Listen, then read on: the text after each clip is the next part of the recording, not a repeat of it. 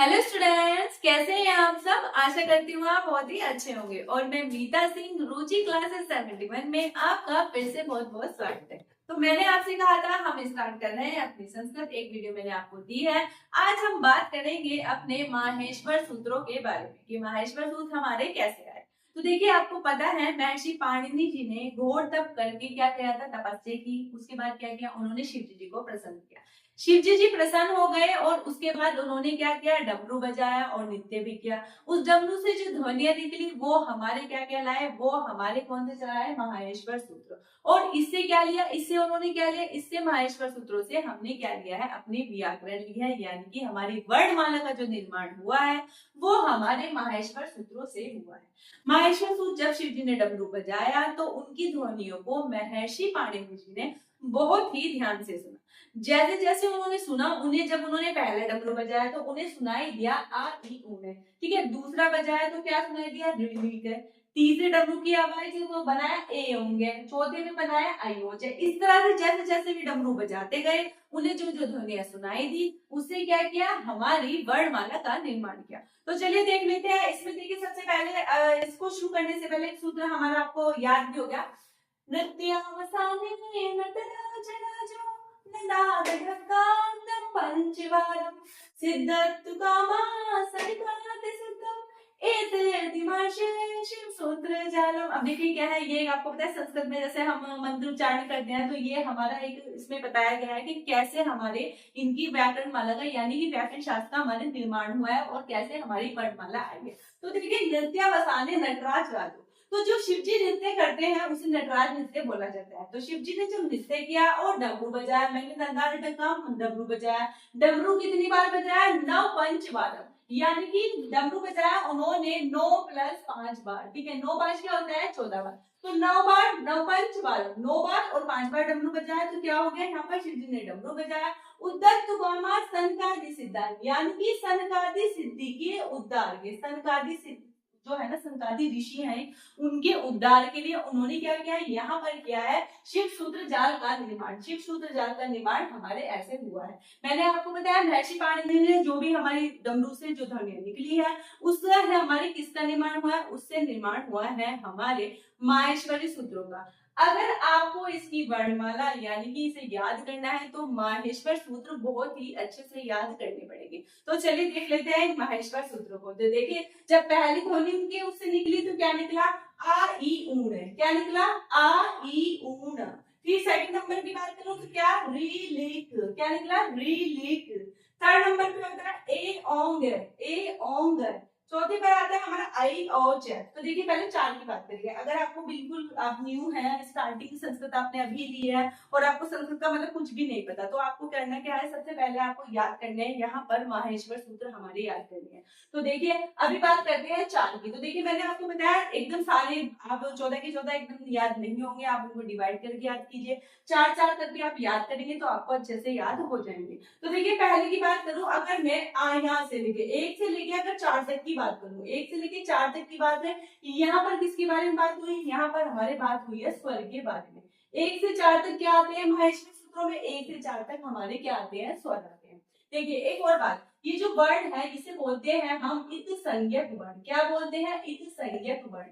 ये क्या होता है, हमारा प्रत्याहार बनाने में इसका हम यूज करते हैं। लेकिन प्रत्याहार बनाने में यूज तो करते हैं लेकिन इसकी गिनती नहीं होती है, गिनती नहीं होती है। सिर्फ प्रत्याहार बनाने के लिए हमारे वर्ण होते हैं, इस संज्ञक वर्ण होते हैं। देखिए लास्ट वाला जहां पर आपको हलंत दिखाई दे रहा है वो हमारे सारे के सारे क्या है, इत संज्ञक वर्ण है। तो इस संज्ञक वर्ण देखिए मैंने माहेश्वर सूत्र कितने हैं, माहेश्वर सूत्र हमारे 14 है। तो इस संज्ञक वर्ण भी कितने हो गए, देखिए जो सारे है ना यहाँ पर लास्ट में जहां पर आपको हलंत दिखाई दे रहा है, ये सारे हमारे क्या हो जाते हैं, सारे हमारे हो जाते हैं इत संज्ञक वर्ण। ठीक है, इस संज्ञक वर्ण बनाने हमें क्यों जरूरत है, जब इनकी काउंटिंग नहीं होती है। ये हमारे प्रत्याहार के निर्माण में क्या होते हैं, प्रयोग होते हैं। प्रत्याहार इनके बिना हम नहीं बना सकते, तो यहाँ पर इनका यूज ये होता है। अब देखिए अगर आपसे पूछे इस संज्ञक वर्ण कितने हैं, जब माहेश्वरी सूत्र हमारे 14 हैं तो लास्ट में हर लाइन में इस संज्ञक वर्ण है, तो इस संज्ञक वर्ण कितने होंगे, इस संज्ञक वर्ण भी हमारे 14 हो गए। कितने हो गए इस संज्ञक वर्ण, अगर आपसे पूछे कितने हो गए, इस संज्ञक वर्ण कितने हो गए, वो भी हमारे 14 हो गए। ठीक है, अगर मैं यहाँ पर आपसे बात करूं कि इसमें हमारे वर्ण कितने हैं, वर्ण की बात की जाए तो वर्ण कितने हैं, वर्ण है हमारे यहाँ पर 42। कितने हैं, 42। देखिए यहाँ पर एक बात और भी है, जैसे मान लीजिए यहाँ पर लैब यहाँ पर भी आया है और लैब यहाँ पर एक बार और 2 जगह हमारा यहाँ पर लैब यूज हुआ है, तो लैब को हमने क्या करा है, 2 वर्ण अगर एक ही बार यूज हो तो वहां पर है ना वो एक ही बार काउंट होगा, 2 बार वहां पर काउंट हमारा नहीं होगा। यहाँ पर आपको सॉरी, यहाँ पर जो हमारा है वर्ण है ना, मैं लेके देती हूँ, है वर्ण है, वो है वर्ण हमारा 2 बार आया। देखिए एक तो है ये वाला और एक है ये वाला। ठीक है, अगर आपसे हमारा वर्ण की बात करें कि 2 वर्ण आए हैं, है कौन सा ऐसा वर्ण है जो 2 बार आया है, तो हमारा जो है वर्ण है वो 2 बार आया है, लेकिन इसे काउंट क्या करेंगे, काउंट हम इसे एक ही बार करेंगे, 2 बार काउंट नहीं होगा। अगर मैं आपसे कहूं कौन सा ऐसा इत संज्ञक वर्ण है, यानी कि कौन सा ऐसा हलंत वर्ण है, इस संज्ञक वर्ण हलंत वर्ण होता है,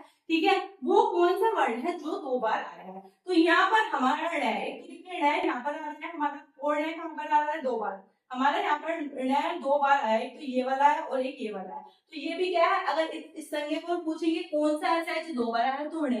ठीक है, कौन सा वर्ण, इस संज्ञक वर्ण यहाँ पर लिखेंगे हम, इस संज्ञक वर्ण जो 2 बार आया है, 2 बार आया है, कौन सा है, 2 बार आया है, हमारा आया है ण, कौन सा है हमारा ण, ये क्या हुआ था हमारा 2 बार आया। और मैंने आपसे कहा कौन सा वर्ण है जो हमारा 2 बार, इस संज्ञक पूछेंगे तो ण आएगा, और खाली वर्ण पूछेंगे तो कौन सा आया, वो हमारा आया है यहाँ पर है, मैंने आपको बता दिया। लेकिन काउंट हम क्या करते हैं, अगर हम लय को 2 बार काउंट कर लेंगे तो यहाँ पर वर्णों की संख्या हमारी कितनी हो जाएगी, वर्णों की संख्या हमारी यहाँ पर हो जाएगी 43, लेकिन वर्णों की संख्या यहाँ पर 42 है। और हमारे प्रत्याहार का निर्माण, प्रत्याहार बनाने का, प्रत्याहार का जो निर्माण करते हैं वो भी हम 42 प्रत्याहारों का ही निर्माण करते हैं यहाँ पर। तो चलिए पहले से याद करने का देख लीजिएगा, आ ई ऊण रिलिक ए ओंग आई औच, ठीक क्या होता है, ह या व र ट,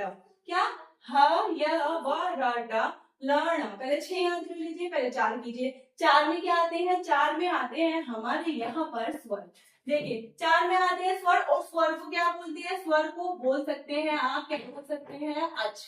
अच कैसे बोलेंगे, देखिए ऐसे स्टार्ट हो गए और लास्ट यहाँ मैंने आपको बताया 4 तक आते हैं हमारे स्वर, तो आपका ऐसे स्टार्ट हो गया और जय। देखिए मैंने आपको क्या बताया, इत संज्ञक जो वर्ण होते हैं वो क्या होते हैं, प्रत्याहार के निर्माण में हमारे यूज होते हैं।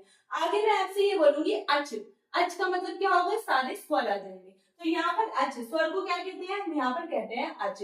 और व्यंजन को 5 से लेके जो हमारे 14 तक है, ये सारे क्या हो जाते हैं, ये सारे हमारे हो जाते हैं यहाँ पर क्या हो जाते हैं, व्यंजन। क्या होते हैं ये हमारे व्यंजन। अगर व्यंजन की बात करूं, व्यंजन को क्या कहते हैं, व्यंजन को कहते हैं हम हल। हल कैसे कहेंगे, देखिए 4 तक तो हमारे क्या है, सुन है, अब देखिए है से लेके यहाँ पर है वाला, और लास्ट में क्या है, ल। तो मैंने आपको क्या कहा था, यहाँ पर ये जो हमारी, अब हम संधि करेंगे, संधि बनाने में मैं आपसे कहूंगी हल, अच्छे, ये सारे वर्ड करूंगी, पूरे उसका बोल लेने का जरूरत नहीं पड़ेगी, इसे शॉर्ट फॉर्म बनाने के लिए हमने इनका यूज किया है। तो अगर आपसे पूछे व्यंजन को क्या कहते हैं, तो व्यंजन को यहाँ पर हल कहते हैं। अगर मैं आपसे बात करूं कि यहाँ पर अच किसे कहा जाता है, या मैं आपसे कहूँ कि स्वर किसे कहा जाता है, तो स्वर कहा जाता है यहाँ पर हमारे अच को कहा जाता है।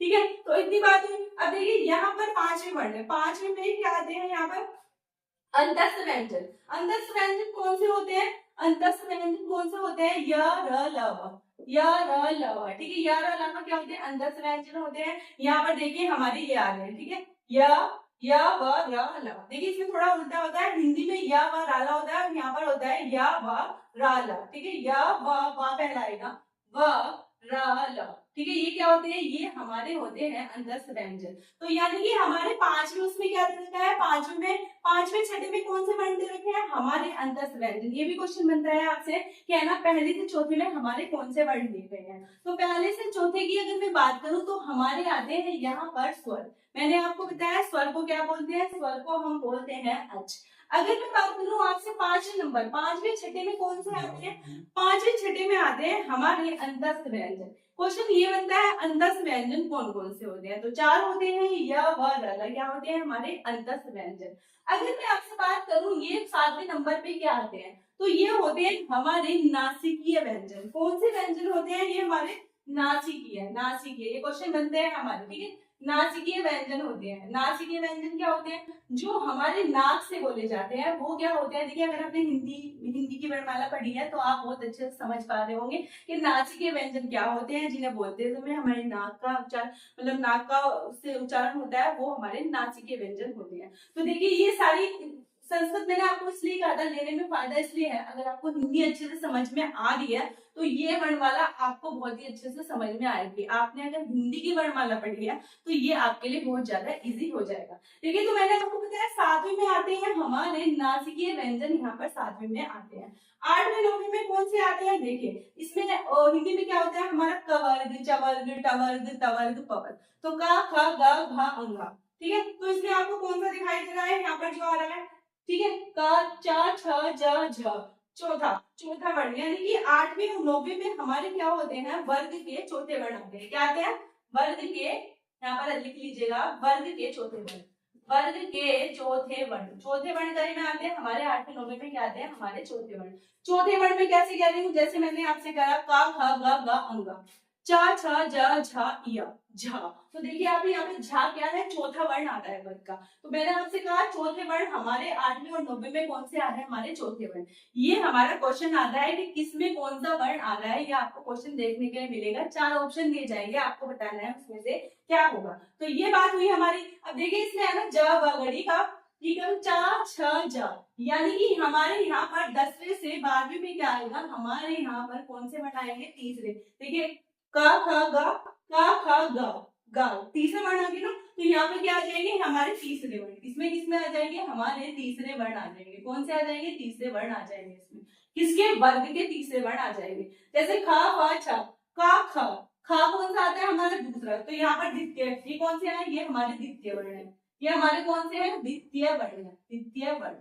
तो इस तरह से आपको पहचानना होगा कि कौन से उसमें कौन सा वर्ण आता है। ये अगर आपने हिंदी की थोड़ी भी वर्णमाला, इसे पढ़ने से पहले एक बार आप अगर हिंदी की वर्णमाला को अच्छे से पढ़ेंगे तो ये आपको बहुत ही इजीली समझ में आएगी।